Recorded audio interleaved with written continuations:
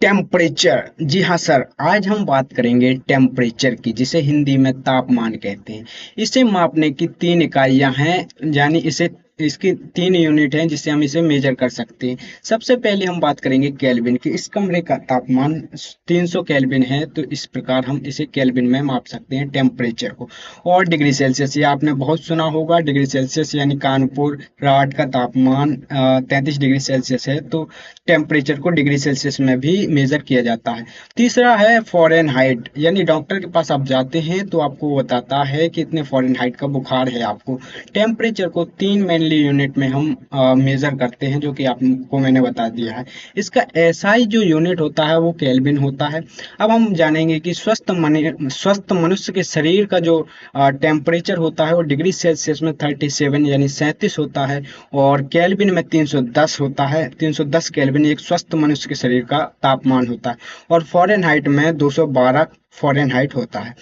अब हम बात करेंगे एक रिलेशन के। अगर आपको डिग्री सेल्सियस में दे रखा है तो आप केल्विन में उसे कैसे कन्वर्ट करेंगे।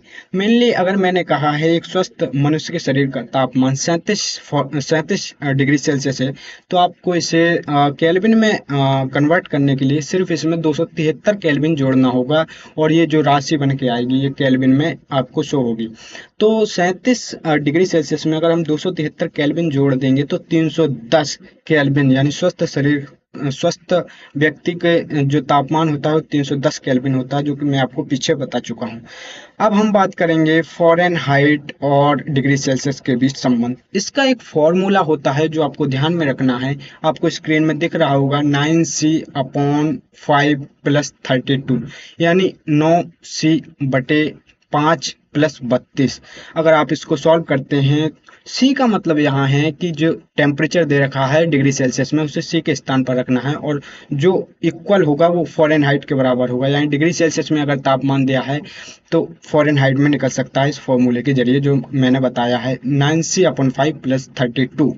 और टेम्परेचर के बारे में अगर आपको कोई अदर इंफॉर्मेशन हो तो प्लीज़ कमेंट।